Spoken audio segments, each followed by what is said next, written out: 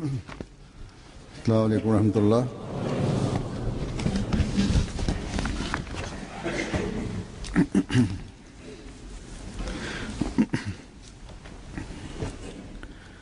अशहदु अल्ला इलाहा इल्लल्लाह वहदहु ला शरीका लहु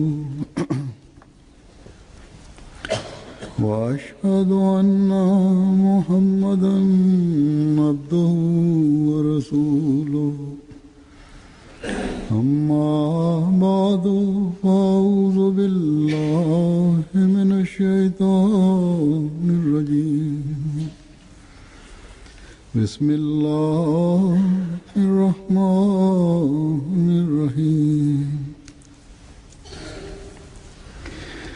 अल्हम्दुलिल्लाहि रब्बिल आलमीन अर्रहमानिर रहीम मालिकि यौमिद्दीन इय्याका नअबुदु व इय्याका नस्तईन اهدنا الصراط المستقيم صراط الذين أنعمت عليهم غير المغضوب عليهم ولا الضالين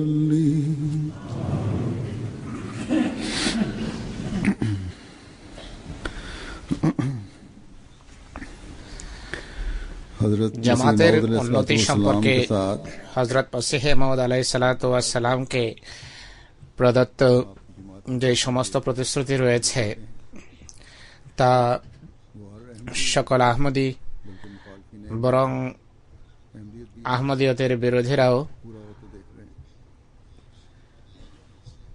পরিপূর্ণতা লাভ করতে দেখছে।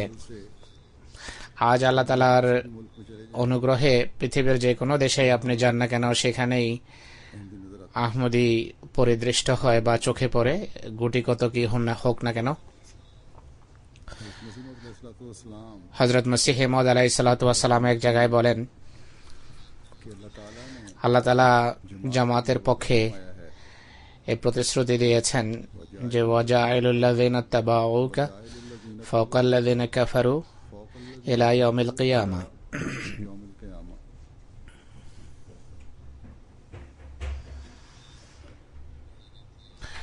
বারাহিনে আহমদিয়া পুস্তকে তিনি আয়াতের এই অংশের ব্যাখ্যা এভাবে করেছেন, এটি তার ইলহাম ছিল, যারা তোমার অনুসরণ করবে অর্থাৎ প্রকৃতপক্ষে আল্লাহ এবং রাসূলের অনুসারীদের অন্তর্ভুক্ত হবে, তাদেরকে তাদের বিরোধীদের উপর যারা অস্বীকার করে তাদের উপর কিয়ামত পর্যন্ত জয়যুক্ত রাখবো।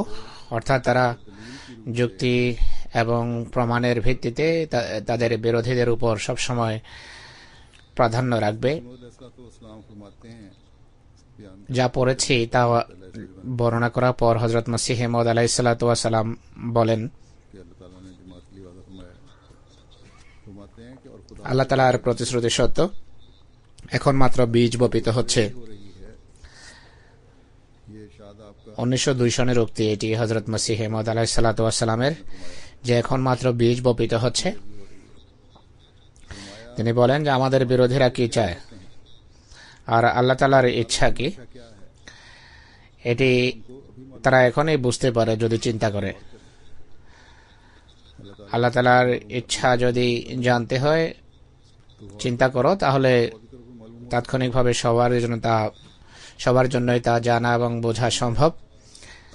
তিনি বলেন যে যদি তারা ভাবে তাহলে দেখবে যে তারা নিজের সকল ষড়যন্ত্র এবং পরিকল্পনায় ব্যর্থ থাকবে।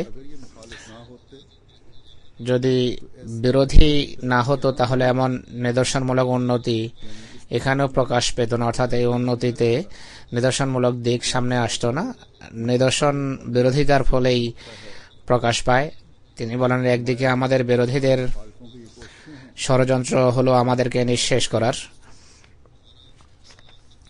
তারা আমাদের সালাম পর্যন্ত নেয় না, আর আমাদের অবর্তমানে যখন উল্লেখ করে তাও ঘৃণার সাথেই উল্লেখ করে, বরং এবং ঘৃণা তো এখন সীমা ছাড়িয়ে গেছে হুজুর বলছেন।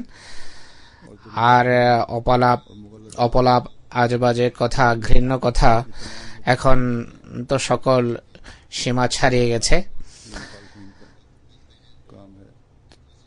যাই হোক, এটি তো বিরোধীদের আচরণ। তিনি বলেন যে অপরদিকে আল্লাহ তাআলা আশ্চর্যজনক ভাবে জামাতের উন্নতি দিচ্ছেন। এটি যদি নিদর্শন না হয়ে থাকে তার কি? তিনি বলেন যে এটি কি আমাদের নিজের হাতের কাজ নাকি জামাতের কাজ? না, এটি খোদা তাআলারই একটি ব্যবহার, যার গভীরতা এবং যার শেষ কোথায় তা জানা কারো জন্য সম্ভব নয়। তিনি বলেন এটি আল্লাহ তাআলারই কাজ, এবং আল্লাহ তাআলার কাজ, আল্লাহর কথা আশ্চর্যজনকই হয়ে থাকে। তো আল্লাহ তাআলার এই বিস্ময়কর সাহায্য সমর্থনের দৃশ্য আমরা প্রতিনিয়ত দেখছি। নেক প্রকৃতির মানুষ শুধু জামাতভুক্তই হচ্ছে না, বরং প্রতিদিন জামাতের সংখ্যা উত্তরোত্তর বৃদ্ধি পাচ্ছে এবং জনসংখ্যা বৃদ্ধি পাচ্ছে এবং সম্পদের ক্ষেত্রে জামাত উন্নতি করছে। আর এটি আহমদিয়তের বিরোধীদের আরো বেশি হিংসার অগ্নিতে প্রজ্বলিত করছে। প্রতিনিয়ত পাকিস্তান থেকে এমন সংবাদ আসে, ঘৃণা, বিদ্বেষ এবং হিংসা তাদেরকে এতটা অন্ধ করে দিয়েছে যে হযরত মসিহ মাউদ আলাইহিসসালাতু ওয়াসসালামের ছবিকে বিকৃত রূপে উপস্থাপন করা হয়, গালি দেয়া হয়, পায়ের নিচে তা পিষ্ট করা হয়। এক দুর্ভাগা তার দোকানের দরজায় যেখানে পা রাখা হয় সেখানে ছবি রেখেছে তার, যে ঢুকবে সে যেন এই ছবি পাড়িয়ে তার দোকানে ঢুকে। তো এটি আল্লাহ তাআলা, এটি তাদের ব্যবহার। কিন্তু আল্লাহ তাআলা প্রশাসক শ্রেণীর মাঝেও কিছু ভদ্রলোক এমন রেখেছেন যাদেরকে তিনি দাঁড় করান।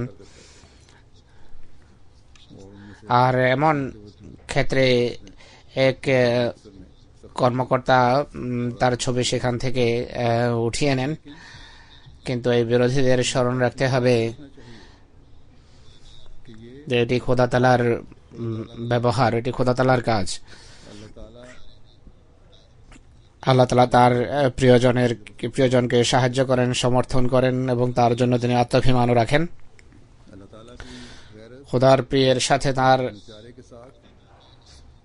আত্মাভিমান খবিস বা নোংরা প্রকৃতির এই লোকদের এমন ব্যবহারের প্রতিশোধ নেবে এবং অবশ্যই নেবে।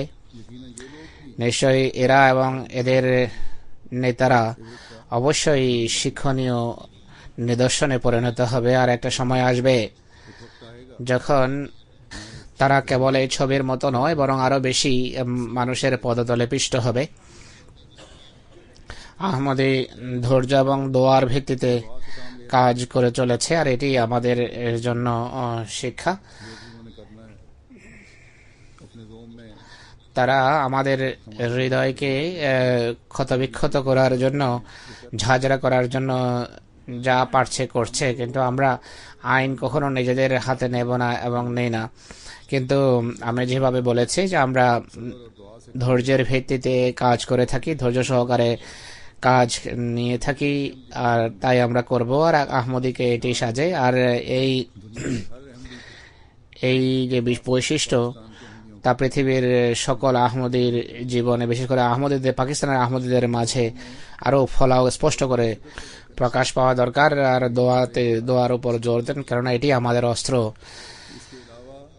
এছাড়া অন্য কোনো অস্ত্র আমাদের কাজে লাগতে পারে না। অনেকে বলে যে এটিও করা হোক সেটিও করা হোক, প্রথমে দোয়াকে পরম মার্গে পৌঁছান।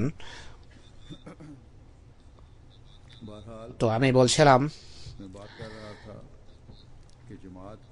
জামাতের উন্নতির কথা। আমি বলছিলাম যে কিভাবে আল্লাহ তাআলা সাহায্য করেন, কিভাবে আল্লাহ তাআলা সমর্থন করেন, কিভাবে নেক এবং পুত পবিত্র চরিত্রের অধিকারী লোকদের হৃদয়ে এক বিপ্লব সাধিত হচ্ছে, যাদের হৃদয়ে বিন্দুমাত্র ইসলামের জন্য ভালোবাসা আছে, যারা ইসলামের প্রতি সামান্য আকর্ষণ রাখে, তারা হযরত মসিহ মউদের প্রতি আকৃষ্ট হয় এবং আকৃষ্ট হচ্ছে।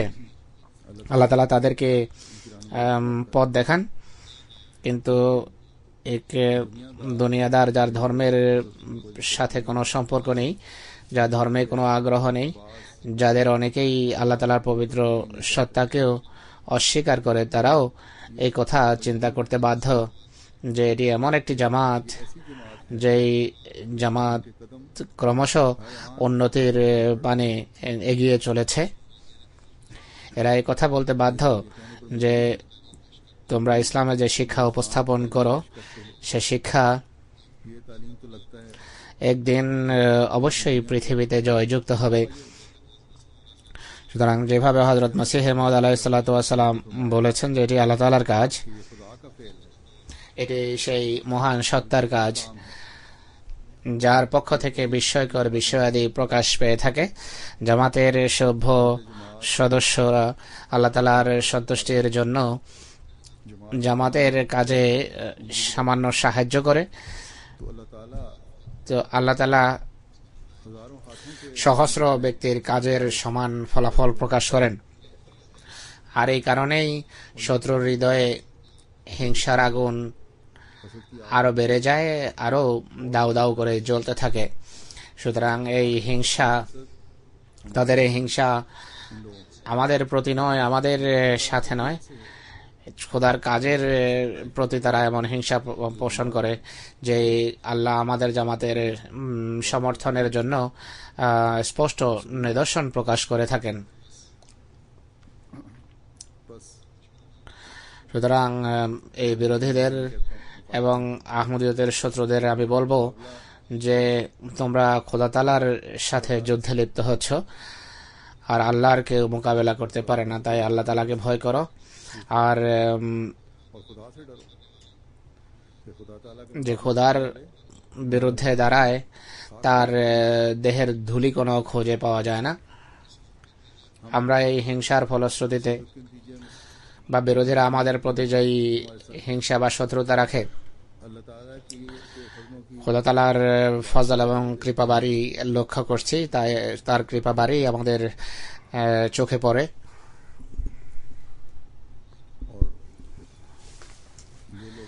আর এরা মুসলমান আখ্যায়িত হওয়া সত্ত্বেও চিন্তা করে না যে জামাতে আহমদিয়ার কাজের ফলাফল স্বরূপ অমুসলিমদের সামনে ইসলামের সুন্দর চেহারা প্রকাশিত হচ্ছে, ইসলামের সুন্দর চেহারা ফুটে উঠছে। কিন্তু এই নামধারী আলেমরা ইসলাম প্রেমী নয়, বরং এরা নিজেদের পদকে বা মেম্বারকে ভালোবাসে, তারা নিজেদের স্বার্থ চরিতার্থ করতে চায়। তো আমি যেভাবে বলেছি, অমুসলিমদের সামনে আল্লাহ তাআলা আমাদের কথার ইতিবাচক ফলাফল প্রকাশ করে থাকেন, যা এরা প্রকাশ্যে আমাদের অনুষ্ঠানে অংশগ্রহণ করে স্বীকার করে, অকপটে স্বীকার করে। খোদার বিশেষ অনুগ্রহে আমি যখনই বহির্বিশ্বে সফরে গিয়েছি, জামাতের সফরে যখন বের হই, হযরত মসিহ মউদ আলাইহিস সালাতু ওয়াস সালামের বাণীর মাধ্যমে ইসলাম নতুন মহিমায় তাদের সামনে আত্মপ্রকাশ করে। আপনারা জানেন, সম্প্রতি আমি হল্যান্ড এবং জার্মানি যশোর সালানে অংশগ্রহণের জন্য গিয়েছিলাম, যেখানে জামাতের সভ্য এবং সদস্যদেরকে কিছু বলার সুযোগ পেয়েছি। একই সাথে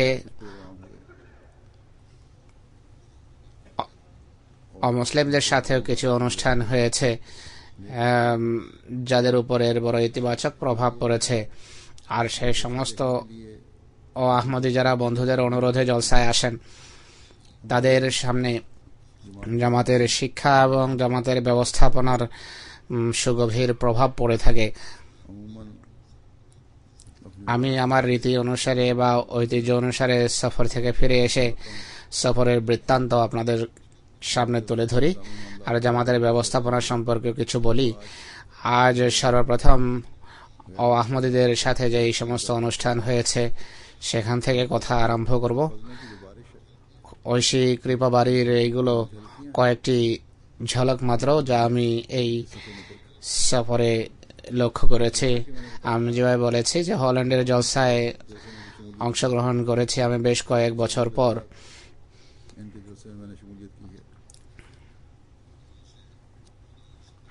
এখান থেকে যাত্রার পূর্বে বা সফরের জন্য যাত্রা করার পূর্বেই হল্যান্ডের আমির সাহেবের পত্র আসে যে জলসায় অংশগ্রহণের জন্য হুজুর আসছেন। স্থানীয় ডাচদের সাথেও একটা অনুষ্ঠানে অংশগ্রহণের অনুরোধ করেন তিনি। আমি প্রথমে অস্বীকার করি, বলি যে এর কোনো প্রয়োজন নেই। আমার ধারণা ছিল জামাতের সদস্যদের শিক্ষিত শ্রেণীর সাথে তেমন একটা যোগাযোগ নেই সেখানে, কিন্তু কয়েকদিন পর ভাবলাম যে এই এলাকা যেখানে আমাদের জামাত অবস্থিত আর যেখানে আমাদের জলসা হবে এটি ইসলামের সেই শত্রুর এলাকা যে প্রতিনিয়ত বা প্রায়শ ইসলাম এবং মহানবী সাল্লাল্লাহু আলাইহি ওয়াসাল্লাম সম্পর্কে অপলাপ করে থাকে।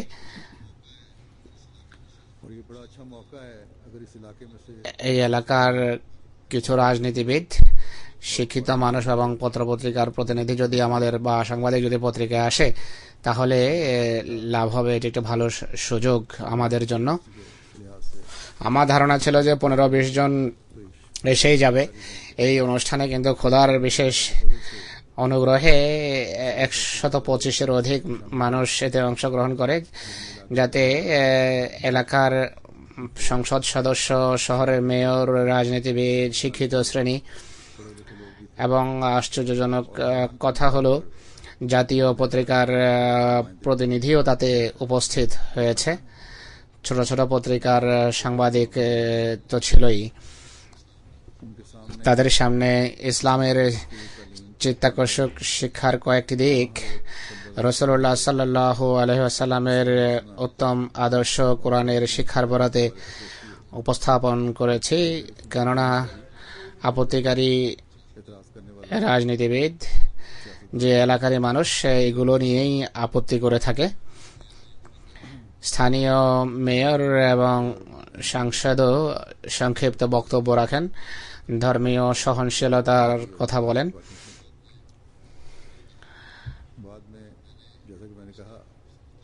ইসলামের আকর্ষণীয় শিক্ষা এবং মুহাম্মদ সাল্লাল্লাহু আলাইহি ওয়াসাল্লামের উত্তম আদর্শ যখন তাদের সামনে তুলে ধরলাম, সে যেই সংসদ সদস্য পরে আমার সাথে কথা বলেছেন আলোচনাকালে, তিনি ইসলামের সুন্দর এবং অনুপম শিক্ষায় প্রভাবিত হওয়ার কথা বলেছেন এবং তার বক্তব্যে তা স্পষ্ট ছিল।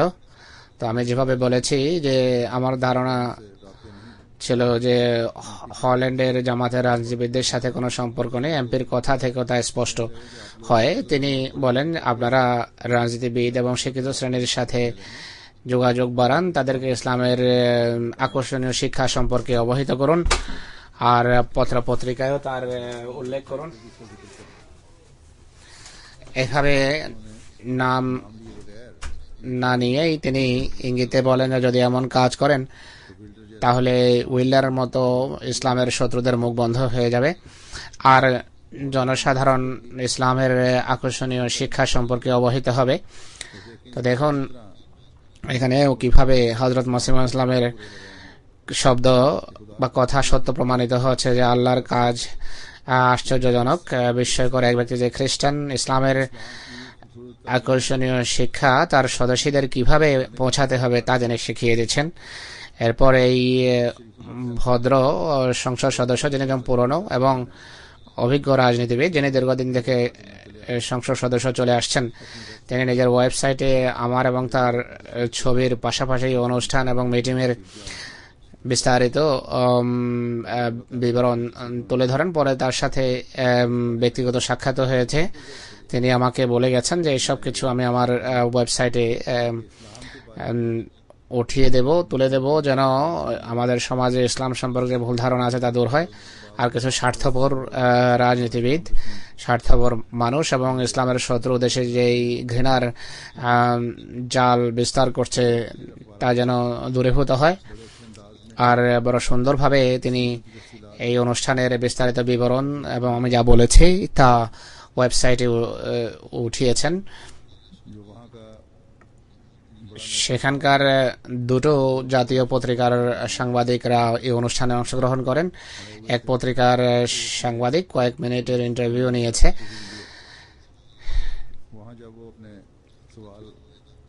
পত্রিকার সেই প্রতিনিধির প্রশ্ন করা যখন শেষ হয়, আমি তাকে বললাম যে আমারও একটি প্রশ্ন আছে।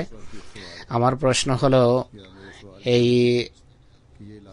এলাকা অর্থাৎ যেখানে আমাদের কেন্দ্র অবস্থিত নুসপিটে, আর এই এলাকা হল্যান্ডে বাইবেল বেল্ট হিসাবে পরিচিত।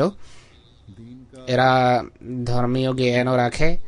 হল্যান্ডের অন্যান্য অঞ্চলের তুলনায় এই অঞ্চলের মানুষ বেশিরভাগ গির্জায় যায় ইবাদতের জন্য। আর আমি বললাম তোমরা ঈসার দ্বিতীয় আগমনের জন্য অপেক্ষমান, আর তোমাদের হিসাব এবং জ্ঞান ধারণা অনুসারে তার আসার সময় অতীত হয়ে গেছে, অতিবাহিত হয়ে গেছে, কেটে গেছে, কিন্তু হযরত ঈসা তো আসেননি।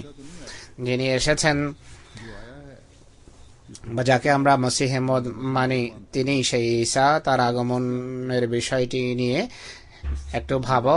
আমার কথা শুনে তার চেহারা কিছুটা লাল হয়ে যায়, কিন্তু মুচকি হেসে চুপ হয়ে যায়, কিছু বলেনি। আমার ধারণা ছিল যে তার এই অবস্থা দেখে আমার ধারণা হলো যে হয়তো আমাদের অনুষ্ঠান সম্পর্কে হয়তো কিছু পত্রিকায় লিখবে না, আর লিখলেও সঠিক তথ্য এবং উপাত্ত তুলে ধরবে না। কিন্তু পরের দিনটি আমার জন্য এবং স্থানীয় জামাতের জন্য বড় আশ্চর্যজনক দিন ছিল। সে শুধু এই সংবাদ প্রচারই করেনি, বরং পত্রিকার প্রথম পৃষ্ঠায় আমার ছবি সে ছাপিয়ে দিয়েছে। আর ভিতরে প্রায় 1.5 পৃষ্ঠা এই অনুষ্ঠানের সংবাদ ছাপে, সচিত্র সংবাদ ছাপে। আর জলসার প্রেক্ষাপটে বিস্তারিত সংবাদ দেয় এবং ইসলামী শিক্ষার বরাতে সেই সংবাদ প্রকাশ করে এই পত্রিকা। সেখানকার স্থানীয় পত্রিকা যা লক্ষ লক্ষ সংখ্যায় ছাপে।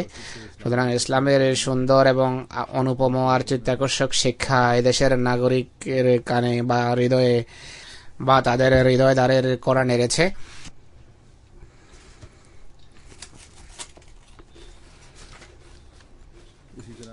আরও একটি জাতীয় পত্রিকায় সংবাদ ছেপেছে, স্থানীয় পত্রিকায় সংবাদ ছেপেছে। এর কিছু অংশ আপনাদের সামনে উপস্থাপন করছি। প্রথম পত্রিকা হল্যান্ডের জাতীয় পত্রিকা দাগ বালাদ হলো এর নাম। এই পত্রিকায় প্রথমে এই সংবাদ ছেপেছে যে শান্তির দূত খলিফা, এই শিরোনামে লিখেছে। আমার বরাতে লিখেছে যে ঈসা আলাইহিস সালামের দ্বিতীয় আগমন সম্পর্কে জামাতের বিশ্বাস হলো পূর্বের ঈসা ইন্তেকাল করেছেন, তিনি আসবেন না। হযরত মির্জা গোলাম আহমদের আগমনে ঈসার দ্বিতীয় আগমন। দীর্ঘ প্রবন্ধ ছেপেছে, কয়েকটি বাক্য মাত্র উপস্থাপন করছি। আরো লিখেছে জামাত পৃথিবীতে তাবলীগের ফলে বিস্তার লাভ করছে। আহমদীদের বিবৃতিতে অতি বিরল বা কখনো উগ্রতা প্রকাশ পায় না। পাশ্চাত্যে জামাতের উন্নতি শুধু মুবাল্লিগদের মাধ্যমেই নয়, বরং তাদের স্বদেশে তারা যে সমস্যার সম্মুখীন সে কারণে এখানে বিস্তার লাভ করছে। এরপর পাকিস্তান থেকে যারা হিজরত করে এসেছে তাদের কথা উল্লেখ করেছে। আরও লেখে জামাতের সদস্যদের জামাতের সাথে এবং তাদের পরস্পরের মাঝে সুগভীর সুসম্পর্ক বিরাজমান। এরপর জলসার বিস্তারিত খবর ছেপেছে সে ব্যক্তি।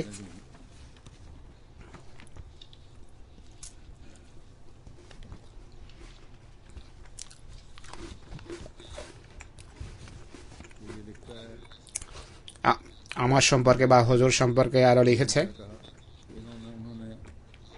তিনি উপস্থিত লোকদের আন্তরিক কৃতজ্ঞতা জানিয়েছেন। তিনি বলেন, যদিও হল্যান্ডে একটা শ্রেণী এমন আছে যারা ইসলাম সম্পর্কে অপলাপ করে এবং অশালীন কথা বলে আর অপপ্রচার করে, তা সত্ত্বেও আপনারা এখানে এসে ইসলাম সম্পর্কে জানার সিদ্ধান্ত নিয়েছেন। আসল বিষয় হলো কাউকে সম্মান করা এবং শান্তি প্রতিষ্ঠা। আরও লিখেছে, আমার বরাতে আরও লিখেছে যে আমি নিশ্চিতভাবে বলতে পারি যে আমরা কখনো প্রতিশোধ নেয়ার মন মানসিকতা রাখি না। হ্যাঁ, কিছু মুসলমান এমন আছে যারা উগ্রপন্থী। খলিফা এই কথা ভালোভাবে জানেন এবং বোঝেন, এমন মুসলমানদের এরকম আচরণ সম্পূর্ণভাবে ভুল আর মোহাম্মদ সাল্লাল্লাহু আলাইহি ইসলামের আদর্শের সম্পূর্ণ পরিপন্থী। এটি আরও লেখে যে খলিফা বলেছেন যে হল্যান্ডে পরস্পরের প্রতি শ্রদ্ধার যে ঘাটতি রয়েছে, যা অসহনশীল যে আচরণ রয়েছে, এটি নিয়ে খুব চিন্তিত। বিশেষ করে এমন মানুষ যদি ক্ষমতায় আসে যারা অন্যের প্রতি শ্রদ্ধা রাখে না, তারা যদি ক্ষমতায় আসে তাহলে অনেক সমস্যার জন্ম হবে। দ্বিতীয় দেশীয় পত্রিকার বা জাতীয় পত্রিকার নাম হলো ত্রাও, তাতেও এই শিরোনাম ছেপেছে যে খলিফা এসেছেন এবং কট্টরপন্থার বা উগ্রতার সমালোচনা করেছেন। আর আমার বরাতে আরও লিখেছে মোটা শিরোনামে যে মোহাম্মদ রসুলুল্লাহকে অভিযুক্ত করবেন না, এই সন্ত্রাস এবং উগ্রতার জন্য মোহাম্মদ রসুলুল্লাহকে দোষারোপ করবেন না। আরও লিখেছে যে জামাতে আহমদিয়ার বিশ্বাস অনুসারে মির্জা গোলাম আহমদ মস্তি এবং মাহদি তার অনুসারীরা তাকে ঈসার দ্বিতীয় আগমনের পরিপূরণস্থল মনে করে। তারা আরও বলে যে ইনি ঈসার বৈশিষ্ট্যাবলী নিয়ে আবির্ভূত হয়েছেন। তো এইভাবে ইসলামের বাণী এবং হযরত মসিহ ইসলামের আগমনের উদ্দেশ্য এদের সামনে স্পষ্টভাবে প্রকাশ্যে ফুটে উঠেছে। এই বিস্তারিত খবর ছেপেছে প্রসঙ্গে। তো দেখুন, এই হলো খোদা তাআলার কাজ। একদিকে ওয়েল্ডার যে ইসলামের প্রতি চরম শত্রুতা রাখে, পৃথিবীতে ইসলামী শিক্ষা এবং হযরত মুহাম্মদ সাল্লাল্লাহু আলাইহি ইসলামের বিরুদ্ধে নিজের বই প্রচার করে বেড়াচ্ছে। তার স্বদেশে, শুধু স্বদেশেই নয় বরং তার নিজ অঞ্চল যে এলাকার সে সাংসদ, সেখানে জামাতে আহমদিয়ার মাধ্যমে ইসলাম এবং মোহাম্মদ রসুল্লাহ সাল্লাল্লাহু আলাইহি ইসলামের চিত্তাকর্ষক এবং শান্তিপ্রিয় শিক্ষা বর্ণনা করা বা তুলে ধরার মাধ্যমে ভুল বোঝাবুঝির নিরসন হচ্ছে। তার বই আমি যতটা জানি মোটেই জনপ্রিয়তা লাভ করেনি, কিন্তু তার নিজের দেশে, তার স্বদেশে পত্রপত্রিকা এবং এক এমপির ওয়েবসাইটের মাধ্যমে লক্ষ লক্ষ মানুষ পর্যন্ত ইসলামের প্রকৃত এবং আকর্ষণীয় শিক্ষা ফুটে উঠেছে। তো আমি যেভাবে বলেছি, হল্যান্ডের জামাতও এতটা কভারেজের আশা রাখতো না, কিন্তু এটি খোদা তাআলার কাজ। কিন্তু কৃতজ্ঞতার নিদর্শন স্বরূপ আমাদের দায়িত্ব হবে হল্যান্ডের জামাতকে নিজেদের যোগাযোগের গণ্ডিকে প্রসারিত করা আর ইসলাম সম্পর্কে যে সমস্ত ভ্রান্ত ধারণা সৃষ্টি করা হয়েছে তা বিমোচনের চেষ্টা করা উচিত। আর ওয়েল্ডারের মিথ্যা এবং বিদ্বেষকে অত্যন্ত স্পষ্ট করে তার স্বদেশীদের সামনে তুলে ধরতে হবে। আজ ইসলামের ডিফেন্স এবং সুরক্ষা আর অমুসলিমদের দলিল এবং প্রমাণের ভিত্তিতে জোরালো আক্রমণ একমাত্র জামাতে আহমদিয়াই করতে পারে। এই অনুষ্ঠানে অংশগ্রহণকারী অতিথিদের যে ইমপ্রেশন তাও খুব ভালো ছিল। নরওয়ে থেকে সেখানে আমাদের যে মুবাল্লিগ গিয়েছেন তার সাথে এক ব্যক্তি বসেছে, তিনি বলেন যে ইসলামের এমন কথা আমরা আরও শুনতে চাই। আপনাদের খলিফা বড় সংক্ষিপ্ত বক্তব্য রেখেছেন। এক বয়স্ক ব্যক্তি বলেন, আপনারা যে শিক্ষা দিচ্ছেন বা প্রচার করছেন, খ্রিস্টান ধর্ম অনেক দেরিতে এমন শিক্ষা প্রচার করা আরম্ভ করে, বরং বলে যে 2000 বছর পর তারা এমন কথা বলা আরম্ভ করে। এর অর্থ হলো খ্রিস্টানদের বিভিন্ন ফেরকা দীর্ঘকাল বিবদমান ছিল, যুদ্ধ বিগ্রহ তাদের মাঝে চলতে থাকে, ফিতনা ফাসাদ হয়। এখন তাদের বিভিন্ন দেশে এবং ফেরকার মাঝে শান্তি প্রতিষ্ঠিত হয়েছে। আপনারা খুব স্বল্প সময়ের ভিতরেই এই কাজ আরম্ভ করেছেন, সে নিজ দৃষ্টিতে দেখছে, কিন্তু সে জানে না যে এই কাজ আমরা আজ থেকে আরম্ভ করিনি, বরং 1400 বছর পূর্বেই রাসূলুল্লাহ সাল্লাল্লাহু আলাইহি ওয়াসাল্লাম এই শিক্ষা পৃথিবীতে যখন নিয়ে এসেছেন তখনই এর ভিত্তি রচিত হয়েছে। যাই হোক, ইসলামের ভ্রান্ত চিত্র যা এদের সামনে তুলে ধরা হয় এই অনুষ্ঠানের ফলে এর এই ভুল ধারণার বিমোচন হয়েছে। আল্লাহ তাআলা এর সুদূর প্রসারী ফলাফল প্রকাশ করুন, আর এই জাতি ইসলাম গ্রহণ করে মোহাম্মদ রাসূলুল্লাহর পতাকা তলে আশ্রয় নিক। কিন্তু এর জন্য আমি যেভাবে বলেছি, জামাতের সভ্য এবং সদস্যদের চেষ্টা বৃদ্ধি করতে হবে, চেষ্টা বাড়াতে হবে। হল্যান্ডের পর জার্মানির জলসা হয়, এটি আপনারা এমটিএতে দেখেছেন। জার্মানিতে যেখানে জলসার ব্যস্ততা থেকে থাকে, সেখানে জামাত সকল সফরেই মসজিদের উদ্বোধন বা ভিত্তিপ্রস্তর স্থাপনের কাজে আমাকে ব্যস্ত রাখে। সফরেও একটি মসজিদের উদ্বোধন হয় আর 3 মসজিদের ভিত্তিপ্রস্তর রাখা হয়। সচরাচর ভিত্তি রাখার পর 1 বছরের মাথায় মসজিদের নির্মাণ কাজ শেষ হয়। আল্লাহ তাআলা জার্মানির জামাতের এই সামর্থ্য উত্তরোত্তর বৃদ্ধি করুন। মসজিদের উদ্বোধন এবং ভিত্তিপ্রস্তর স্থাপন উপলক্ষে একটা ভালো দিক সামনে আসে। সকল অনুষ্ঠানে স্থানীয় মানুষ অংশগ্রহণ করে, যাদের মাঝে শিক্ষিত মানুষ, মেয়র, ডেপুটি মেয়র, রাজনীতিবিদ এবং সরকারি কর্মকর্তারা অংশগ্রহণ করে, তাদেরকে ডাকা হয়। পূর্বে এটি ছিল না। এখানে তো লন্ডনে যখনই মসজিদ হয় তখন এমন লোকদেরকে ডাকা হয়। জার্মানিতে এটি ছিল না পূর্বে, কিন্তু এখন এদিকে তাদের মনোযোগ আকৃষ্ট হয়েছে। এটি জামাতে আহমদিয়ার পরিচিতির জন্য, ইসলামের সুন্দর শিক্ষা তুলে ধরার এবং তাবলীগের জন্য অত্যন্ত ইতিবাচক পদক্ষেপ। আমাদের আসল কাজ হলো ইসলামের আকর্ষণীয় শিক্ষাকে পৃথিবীর সামনে তুলে ধরা, পৃথিবীর মানুষকে সত্যের দিকে আহ্বান করা। সুতরাং মসজিদ নির্মাণের পাশাপাশি তাবলীগের ক্ষেত্রেও ব্যাপকতা আসছে। আর আমি জামাতের সদস্যদের সবসময় বলে থাকি যে এই পরিচিতি এবং তাবলীগের এই বিস্তৃতির পাশাপাশি তাদের দায়িত্ব বেড়ে যায় নিজেদের ব্যবহারিক জীবনকে ইসলামী শিক্ষা সম্মত করা। জামাতের পরিচিতি গণ্ডি যেহেতু সেখানে ব্যাপকতা লাভ করছে, এই কারণে একটি বিশেষ প্রতিষ্ঠান যাতে সামরিক কর্মকর্তাদের নৈতিক, চারিত্রিক এবং রাজনৈতিক এবং তাদের আইনগত দিক থেকে, আইনের দৃষ্টিকোণ থেকে তাদের সুশিক্ষার সেখানে ব্যবস্থা নেওয়া হয়, এখানে যাওয়ার সুযোগ হয়েছে। এই জার্মান সমাজে সামরিক কর্মকর্তাদের ভূমিকা কি হওয়া উচিত, আর এইটি নিয়ে আলোচনা হয়। সারা পৃথিবী সম্পর্কে তথ্য একত্রিত করে আন্তর্জাতিক, সাংস্কৃতিক এবং ধর্মীয় আলোচনা সেখানে হয়ে থাকে। সেমিনার এর ব্যবস্থা করা হয় তাদের পক্ষ থেকে। বেসামরিক প্রশাসনও বা বেসামরিক কর্মকর্তারা এই অনুষ্ঠানে অংশগ্রহণ করে থাকেন। তো এখানে একটা অনুষ্ঠানের আমার একটা বক্তৃতার ব্যবস্থা করা হয়, আমার অংশগ্রহণের ব্যবস্থা করা হয়। এখানে অনুষ্ঠানে বক্তৃতা দেওয়ার জন্য বাইরের লোকদেরকে ডাকা হয়। আইনবিদেরা আসে, বিভিন্ন ধর্মের কর্মকর্তারা আসে বা নেতারা আসে, বিভিন্ন বিষয়ের বিশেষজ্ঞরা এসে বক্তব্য প্রদান করে। জার্মানির মুসলমানদের কেন্দ্রীয় সংগঠনের নেতা ইমান মালেক সাহেবকেও ডাকা হয়েছিল, তিনিও সেখানে বক্তব্য প্রদান করেছেন। আমাকে যখন সেখানে সংক্ষিপ্ত লেকচার বা বক্তব্য প্রদানের অনুরোধ করা হলো,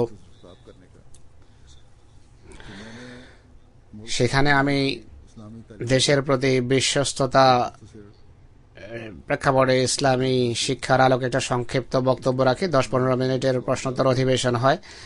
শহরের মেয়র, শিক্ষিত শ্রেণী খ্রিস্টান পাদ্রী ও ইহুদিরাও তাতে অন্তর্ভুক্ত ছিল। উচ্চ সামরিক কর্মকর্তারা তো ছিলই।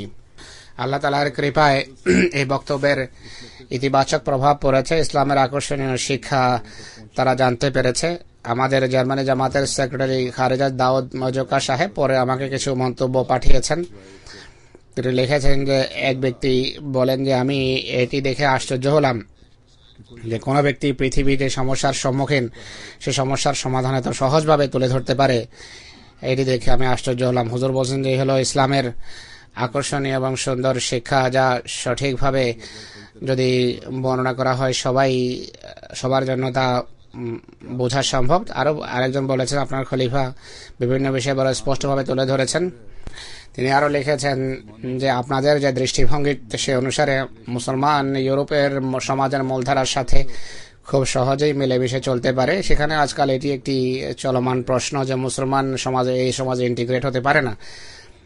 তো আমাদের বক্তব্য শোনার পর বলেন যে এটি একটা ভুল ধারণা, পাশ্চাত্যে যার জন্ম হয়েছে। মুসলমান আপনাদের শিক্ষা অনুসারে এই সমাজের মূলধারার সাথে সহজেই মিলেমিশে চলতে পারে। আর অনেকেই ইসলামের এত আকর্ষণীয় শিক্ষা শুনে আশ্চর্য হয়। সুতরাং এই যুগে মহানবী সাল্লাল্লাহু আলাইহি ইসলামের নিষ্ঠাবান প্রেমিকের মানবকারীদেরই কাজ ইসলামের প্রকৃত এবং আকর্ষণীয় শিক্ষাকে পৃথিবীর সামনে উপস্থাপন করা, আর ইসলাম সম্পর্কে যারা আপত্তি করে তাদের মুখ বন্ধ করা। অধিকাংশ কর্মকর্তারা আমাকে এবং আমার সাথীদেরকে বলেছেন যে এই বক্তৃতা লিখিত রূপে আমাদেরকে দিন। জার্মান জামাত এর অনুবাদ করছে এবং তাদেরকে পাঠিয়ে দেওয়া হবে পরবর্তীতে।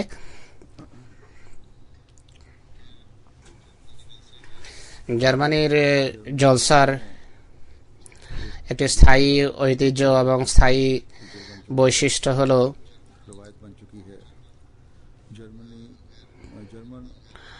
জার্মান বা আহমদি বা মুসলিমদের সমন্বয়ে একটি অনুষ্ঠানের ব্যবস্থা সেখানে করা হয়।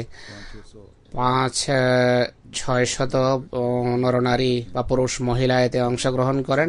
আমিও কিছু বলার সুযোগ পাই সেখানে। এবারও ইসলামের শিক্ষা, হযরত মসিহ ইসলামের আগমনের উদ্দেশ্য, আধুনিক যুগের আধুনিক সমস্যাবলী এবং পৃথিবী খোদাকে ভুলে যে ধ্বংসের দিকে ক্রমশ অগ্রসর হচ্ছে তা সম্পর্কে সংক্ষেপে বলা এবং সতর্ক করার সুযোগ হয়েছে। আর প্রত্যেক ব্যক্তির কি ভূমিকা পালন করা উচিত এই ধ্বংসযজ্ঞ থেকে রেহাই পাওয়ার জন্য তা তাদের সামনে তুলে ধরেছে। এই বক্তৃতা সরাসরি এমটিতে প্রচারিত হয়েছে, আপনারা শুনে থাকবেন। আমি যেভাবে বলেছি যে এই অনুষ্ঠানেও 5 শতাধিক জার্মান এবং অন্যান্য আহমদি অংশগ্রহণ করেছে, যার ইতিবাচক এবং ভালো প্রভাব পড়েছে। এছাড়া বিভিন্ন দেশ থেকে আগত আহমদি বন্ধুদের সাথেও সাক্ষাৎ হয়েছে। সবচেয়ে বড় প্রতিনিধি দল এসেছে বুলগারিয়া থেকে। প্রায় 80 জন নরনারী এসেছেন এদেশ থেকে, যাদের মাত্র 13 বা 14 জন আহমদি, বাকি অধিকাংশ ছিল আহমদি, কয়েকজন খ্রিস্টানও ছিল। তাদের সকলেই জলসার কার্যক্রম, বক্তৃতা এবং জামাতের ব্যবস্থাপনার দেখে গভীরভাবে প্রভাবিত হয়েছেন। প্রত্যেক বছর বিভিন্ন দেশ থেকে এমন মানুষ এসে থাকে, আর বুলগারিয়া থেকেও আসে। সচরাচর তারা জলসা দেখে অত্যন্ত অভিভূত হন। অনেকের জন্য এই জলসা তাদের ভুল ধারণা নিরসনেরও কারণ হয়ে থাকে। বুলগারিয়া থেকে আগত প্রতিনিধি দলের সাথে যখন কথা হচ্ছিল, তাদের মধ্য থেকে এক যুবক আমাকে বলে যে আপনারা বলেন যে খোদাকে ভয় করো, আর এই খোদা ভীতির বশবর্তী হয়ে আমরা কাজ করি এবং খোদার জন্য কাজ করা উচিত। জামাতে আহমদিয়া এই উদ্দেশ্যেই কাজ করে। সে বলে যে এই দাবির প্রমাণ কি আছে আপনাদের কাছে? আমি তাকে বললাম যে বাকি কথা একদিকে রেখে শুধু এটি বলছি তোমাকে যে আফ্রিকায় এবং পৃথিবীর বিভিন্ন দরিদ্র দেশে, প্রত্যন্ত অঞ্চলে রং বর্ণ নির্বিশেষে আমরা সেখানকার জনসাধারণের সেবা করে চলেছি। আর এ সংক্রান্ত ইনফরমেশন এবং তথ্য পৃথিবীর সর্বত্র রয়েছে, তুমি সহজেই তা দেখতে পারো। এদের কাছ থেকে আমাদের নেয়ার কিছু নেই। একটি আমাদের চেষ্টা যে কোনোভাবে তারা যেন এক খোদার ইবাদতকারী শ্রেণীভুক্ত হয়, এটি আমাদের চেষ্টা। আর এই উদ্দেশ্যে আমরা কাজ করে চলেছি। বুলগারিয়া সে দেশ যেখানে কয়েক বছর থেকে জামাতের তাবলীগ এবং সকল প্রকারের কার্যক্রমের উপর নিষেধাজ্ঞা এবং বিধিনিষেধ রয়েছে। জামাত সেখানে রেজিস্টার্ড নয়, সেখানকার সরকার আমাদের বিরোধী। তারা যে অজুহাত করে তা হলো মুসলমানদের অভ্যন্তরীণ ফিতনা ফাসাদ বিশৃঙ্খলা দূর করার জন্য আমরা সারা দেশে এক খুতবাই দিয়ে থাকি। হুজুর বলছেন যে কার্যত অবস্থা তা নয়। সত্য কথা হলো, আসল কথা হলো, সত্য কথা হলো কিছু আরব দেশ থেকে তারা সাহায্য পেয়ে থাকে, আর্থিক সাহায্য। সেই আরব দেশগুলো চায় না যে আহমদীরা সেখানে তাবলীগের সুযোগ পাক, আর এভাবে তাদের চৌধুরীগিরি আর থাকবে না, এইটি হলো তাদের আশঙ্কা। কিন্তু তা সত্ত্বেও সেখানে প্রত্যেক বছর বয়াত হচ্ছে। অনুরূপভাবে মাল্টা, স্পেন, তুর্কি এবং বসনিয়া থেকে আগত আহমদী এবং আহমদী বন্ধুদের সাথে সাক্ষাৎ হয়েছে। খোদার বিশেষ কৃপায়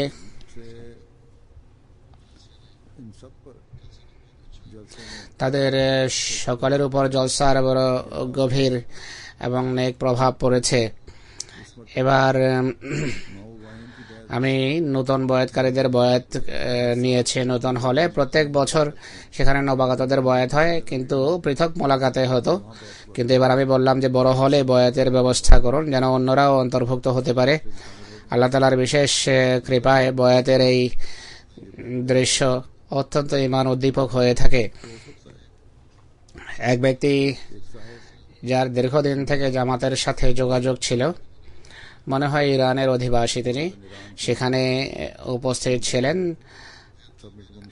সব অনুষ্ঠানে অংশগ্রহণ করেছেন, কিন্তু বয়াত করার ইচ্ছা ছিল না। কিন্তু বয়াত যখন আরম্ভ হয় তিনি বলেন যে এমন মনে হলো যেন কোনো শক্তি আমার হাতকে এগিয়ে দেয় আর আমি হাত প্রসারিত করে বয়াত করি।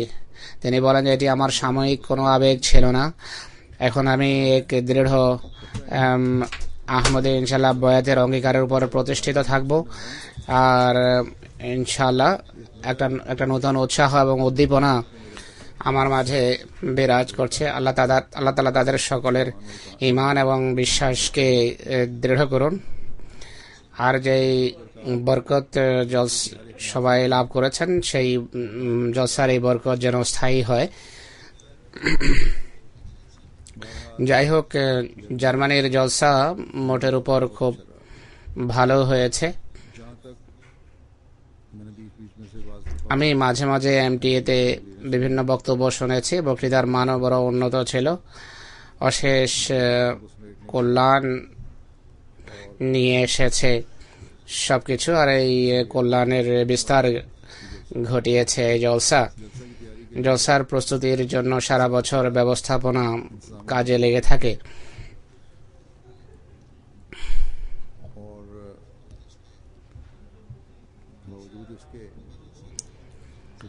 যদিও জার্মানির জলসার পুরো ব্যবস্থা বা পুরো কার্যক্রম চলে এক ছাদের নিচে, তারপরও প্রশাসনিক কিছু কাজ করতেই হয়।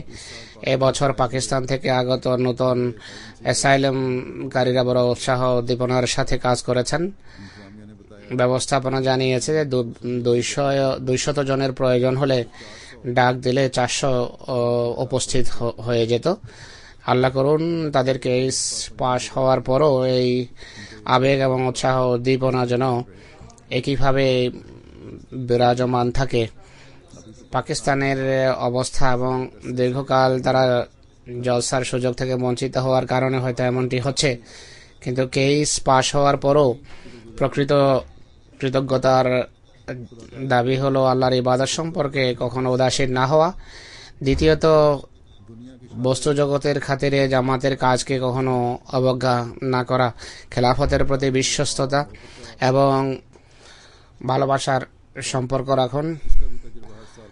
প্রত্যেক বছরের নতুন নতুন অভিজ্ঞতা আপনাদের হয়ে থাকে। খোদা তাআলা এই সম্পর্ককে উত্তরোত্তর দৃঢ় করুন।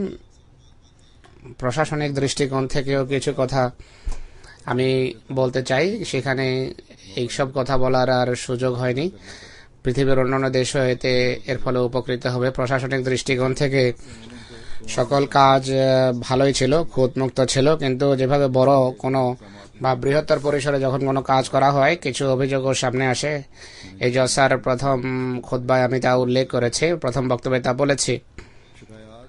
কিছু বিভাগ সম্পর্কে অভিযোগ সামনে এসেছে। একটি হলো জিয়াফত বা আতিথেয়তার বিভাগ, খুব গুরুত্বপূর্ণ একটি বিভাগ। খাবারের কোনো ত্রুটি ছিল বা খাবার খাওয়ানোর ব্যবস্থা সঠিক ছিল না, মানুষকে দীর্ঘ সময় অপেক্ষা করতে হয়েছে। অনেকেই বিরক্ত হয়ে বাজার থেকে খাবার কিনে খেয়ে ফেলতো দীর্ঘক্ষণ লাইনে না দাঁড়িয়ে। মহিলাদের তাঁবুতে এমনই ঘটেছে, এই কারণে বাচ্চারাও কষ্ট পায়। পুরুষ এবং নারী কর্মীরাও অনেক সময় খাবার পায়নি। মহিলাদেরকে নিজেদেরই খাবারের ব্যবস্থা করতে হয়েছে প্রত্যেক মহিলাকে। একবেলা এই সমস্যা দেখা দেওয়ার পর আফসার জলসা সালানা এবং ব্যবস্থাপনার উচিত ছিল কারণ খুঁজে বের করা, যে কারণ কি, এমন কেন হলো। হয়তো এই সম্পর্কে চেষ্টা করে থাকবেন তারা, কিন্তু এর ভালো ফলাফল কিন্তু সামনে আসেনি। আর শেষ দিন পর্যন্ত এই ক্ষেত্রে ঘাটতি পরিলক্ষিত হতে থাকে।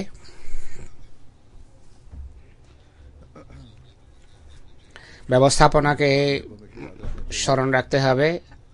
পাকিস্তানেও এই রীতি অনুসৃত হতো। প্রত্যেক দিন রাতে আফসার জলসা সালানা সমস্ত নায়েব এবং নাজিমদের সাথে মিটিং করে থাকেন, যাতে প্রত্যেক বিভাগের খবরাখবর নেওয়া হয় যে কোন ক্ষেত্রে ঘাটতি বা ত্রুটি বিচ্যুতি ছিল, আগামী দিন কিভাবে তা দূর করা যায়।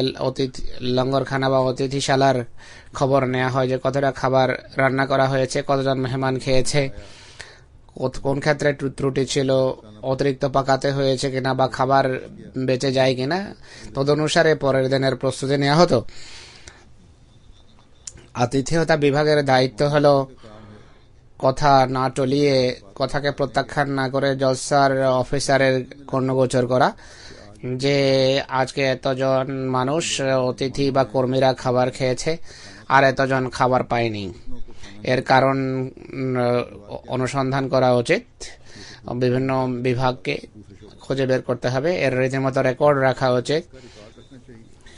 এর ফলে এমন পদক্ষেপের ফলে পরের দিন বা পরের বেলা যে এই সমস্ত ত্রুটি বিচ্যুতি এড়ানো সম্ভব। যদি রীতিমতো মিটিং এবং পরের দিন সম্পর্কে পরিকল্পনা থাকতো তাহলে তাৎক্ষণিকভাবে পরিস্থিতির উন্নয়ন সম্ভব ছিল। আরেকটি বিভাগ হলো পর্যবেক্ষণ বা মুআয়না। জলসা সালানার নিজস্ব একটা বিভাগ থাকে, যারা কর্মীরা থাকে, যারা বিভিন্ন জায়গায় গিয়ে দেখে, লক্ষ্য করে যে সঠিক কাজ হচ্ছে কিনা। যদি ইমার্জেন্সি হয় তাহলে তাৎক্ষণিকভাবে সমস্যা দূরীভূত করার চেষ্টা করা হয় এই বিভাগের অধীনে। তো এই বিভাগকে আরও সচল এবং কর্মঠ করার দরকার আছে। একইভাবে জলসাগায়ে গোসলখানা এবং টয়লেটের অভাব ও দেখা গেছে, অথচ এই কমপ্লেক্সে অনেক গোসলখানা রয়েছে, হয়তো কোনো কারণে খোলা হয়নি। অনেক বয়স্ক পুরুষ এবং মহিলারা কষ্ট পেয়েছেন, অথচ অসুস্থ এবং প্রতিবন্ধীদের জন্য ভালো এবং উত্তম ব্যবস্থা করা সম্ভব এবং হওয়া উচিত ছিল। আর এই সমস্ত দেশে হয়ে থাকে। তা ডিউটিতে নিযুক্ত পুরুষ এবং মহিলাদের এই সমস্ত ক্ষেত্রে খুব বেশি নীতিবাগী হওয়া উচিত নয়। আপনাদের কাজ হলো সবাইকে সুযোগ সুবিধা দেয়া। ব্যবস্থাপনার উচিত ছিল গোসলখানা খোলার অনুমতি যদি পূর্বে না নেওয়া হয়ে থাকে তাহলে অবস্থার নিরিখে তা নেওয়া উচিত ছিল। যদি ভাড়ার প্রশ্ন হতো বা পয়সা বাঁচানোর বা সাশ্রয়ের চিন্তা থাকতো, সাশ্রয় অবশ্যই ভালো কাজ, কিন্তু আতিথেয়তাকে বৃদ্ধাঙ্গুলি দেখিয়ে সাশ্রয় কোনোভাবে আমরা করতে পারি না। এটি নয় যে আতিথেয়তাকে উপেক্ষা করে সাশ্রয় করব, পয়সা বাঁচাবো। আতিথেয়তা সবকিছুর উপর প্রাধান্য রাখে।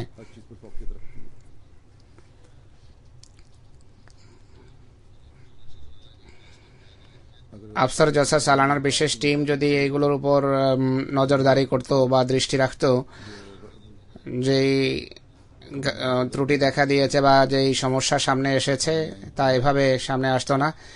একইভাবে কিছু বিদেশি মেহমানদের পক্ষ থেকে অভিযোগ এসেছে কোন কিছু বিদেশি ইউরোপের বিভিন্ন দেশ থেকে নতুন বয়াতকারী এসেছিল, তাদের দেখাশোনার কেউ ছিল না।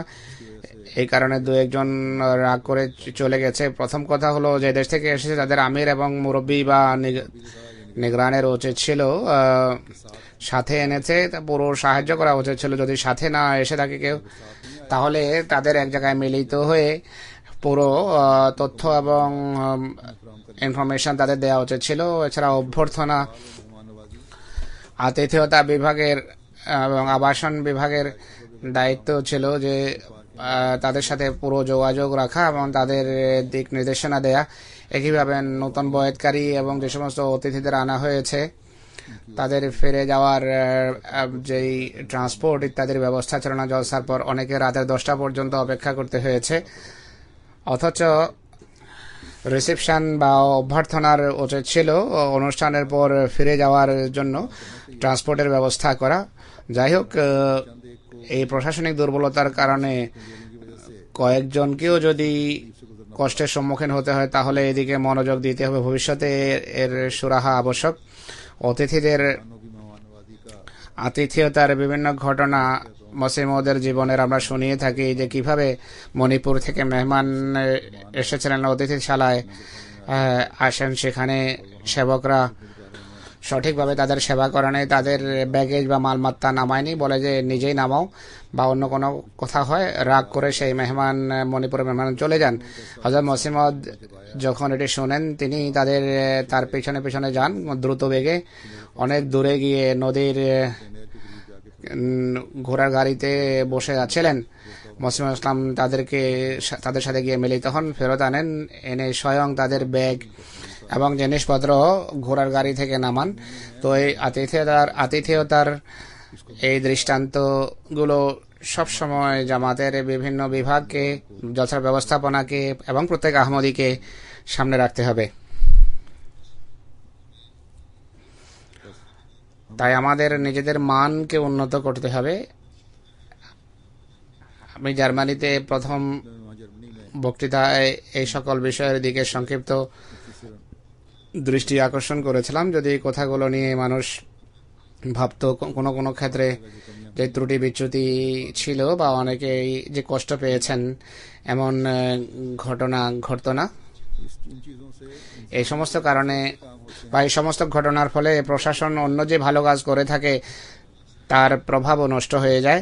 সারা পৃথিবীতে জলসা হয়, যুক্তরাজ্যে বা ইউকেতেও ইনশাল্লাহ জলসা হবে, কেন্দ্রীয় জলসা আখ্যায়িত হয়ে থাকে এটি এখন।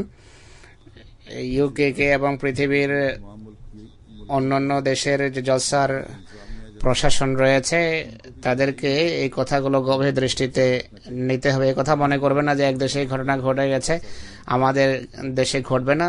যে দেশে যেই বিভাগে কোনো ত্রুটি থাকে তার সুরাহা আবশ্যক, তা দূরীভূত হওয়া আবশ্যক, যেন জলসার নেক প্রভাব এবং ইতিবাচক প্রভাব সর্বত্র পরিলক্ষিত হয়।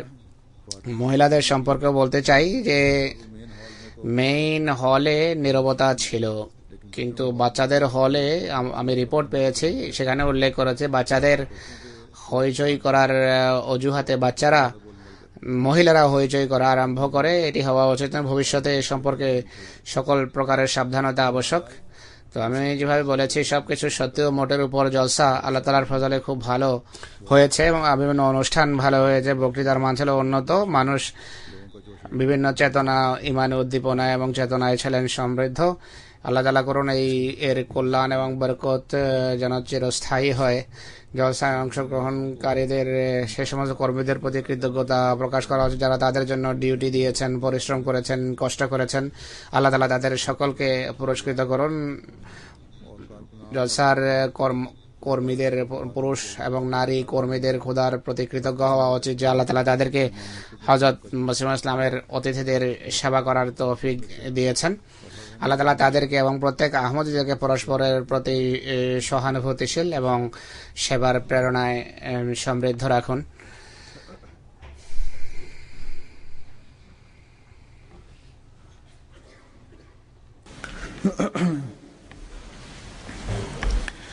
আলহামদুলিল্লাহ الحمد لله نحمده ونستعينه ونستغفره ونؤمن به ونتوكل عليه ونعوذ بالله من شرور أنفسنا ومن سيئات أعمالنا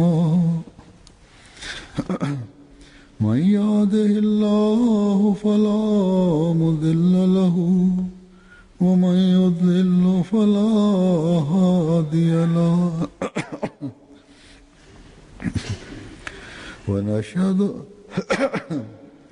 ونشهد أن لا إله إلا الله ونشهد أن محمدا عبده ورسوله عباد الله رحمكم الله إن الله يأمر بالعدل والإحسان وإيتاء ذي القربى وينهى عن الفحشاء والمنكر والبغي